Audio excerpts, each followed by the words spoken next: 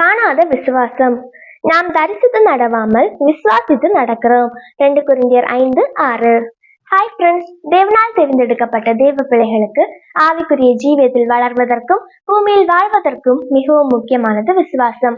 நம்முடைய விசுவாசமே உலகத்தை ஜெயிக்கிற ஜெயம். விசுவாசத்தினால் மலையையும் நகர்ந்து போக கட்டளையிட்டாலும் நடக்கும்.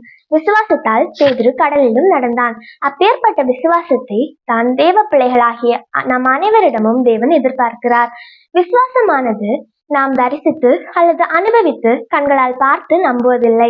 கண்ணால் காணாததை தேவ வாக்குத்தத்தத்தை மட்டும் பிடித்து நம்பி விசுவாசிப்பது. தோமாவிடம் தேவன் சொன்னார், காணாமல் விசுவாசிப்பவனே பாக்கியவான் என்று. இன்றைய கிறிஸ்தவ உலகம் அனைத்தும் தோமாவை போல தொட்டு பார்த்தால் தான் நம்புவோம், விசுவாசிப்போம் என்கிறது.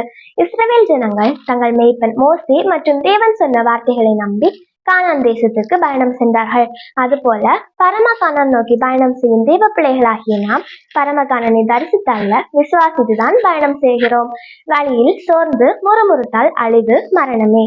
தேவன் மேல் உள்ள விசுவாசத்தை கொண்டு நாம் எதையும் உரிதாக்கி கொள்ளலாம்.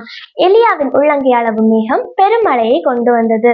இப்போது நாம் தரிசிக்க உள்ளங்கை அளவு மேகம் கூட இல்லாமல் இருக்கலாம்.